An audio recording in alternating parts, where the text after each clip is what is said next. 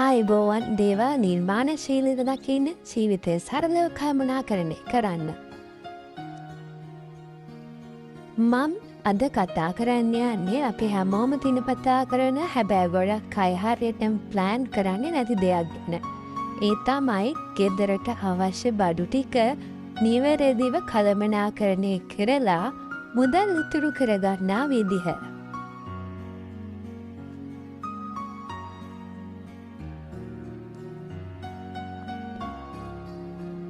ගොඩක් වෙලාවට අපි කඩේට යන්නේ ලයිස්තුවක් නැතුව.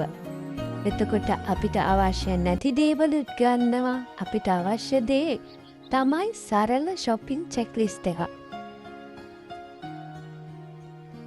මම මේ දිනවල අනුගමනය කරන ක්‍රමයක් තියෙනවා. මුලින්ම ගෙදර තියෙන බඩු ප්‍රමාණය බලනවා. දෙවනුව මාසෙටම අවශ්‍ය ප්‍රමාණය තීරණය කරනවා. ඊට පස්සේ ඉතිරි බඩු ප්‍රමාණය අඩු කරලා අත්‍යවශ්‍ය බඩු ටික විතරක් ලයිස්තුගත කරලා කඩේට යනවා. මේ පුංචි වෙනසෙන් මගේ මාසික වියදම සැලකිය යුතු ප්‍රමාණයකින් අඩු කරගන්න මට පුළුවන් වුණා.